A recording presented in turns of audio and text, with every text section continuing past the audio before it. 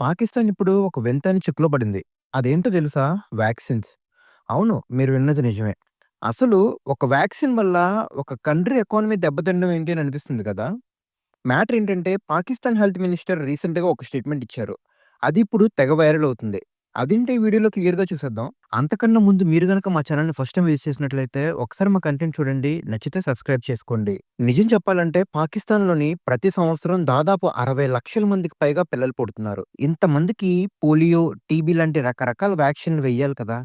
అయితే ఇక్కడే అసలు ట్విస్ట్ ఉంది. పాకిస్తాన్‌కి సొంతంగా ఆ వ్యాక్సిన్‌లు తయారు చేసుకునే కెపాసిటీ అస్సలు లేదు. మరి ఇప్పటివరకు ఎలా మేనేజ్ చేశారు అంటే, గావి అనే ఒక గ్లోబల్ ఆర్గనైజేషన్ ఉంటుంది.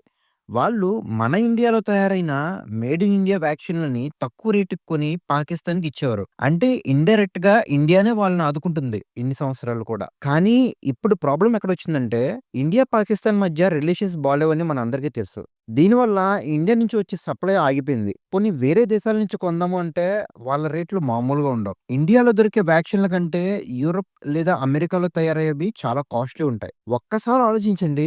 ఇంట్లో డబ్బులు లేనప్పుడు బయట రేట్లు పెరిగిపోతే ఎలా ఉంటుంది? ఇప్పుడు పాకిస్తాన్ సిట్యుయేషన్ కూడా అదే. పాకిస్తాన్ మినిస్టర్ చెప్పిన దాని ప్రకారం ఇండియా నుంచి చౌకగా వచ్చే ఈ వ్యాక్సిన్‌లు లేకపోతే దాదాపు 5 ఏళ్లలో వాళ్ళు వ్యాక్సిన్‌ల కోసం పెట్టే ఖర్చు దాదాపు $1.2 బిలియన్ చేరుతుందంట. అంటే మన కరెన్సీలో కొన్ని వేల కోట్లు. మరి అంత డబ్బు ఎక్కడి నుంచొస్తుంది? ఇప్పటికే అక్కడ ఇన్‌ఫ్లేషన్ వల్ల ధరలు ఆకాశాన్ని తాకుతున్నాయి.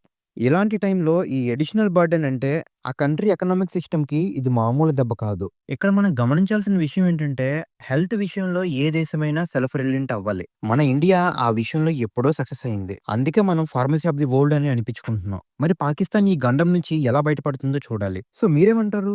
ఇండియా నుంచి పాకిస్తాన్‌కి ఈ వ్యాక్సిన్‌లు వెళ్ళకపోవడమే మంచిదంటారా? మీ ఒపీనియన్ కామెంట్ సెక్షన్‌లో చెప్పండి. ఈ వీడియో నచ్చితే లైక్ చేయండి. ఇంకా మా ఛానెల్‌ని సబ్స్క్రైబ్ చేసుకోండి.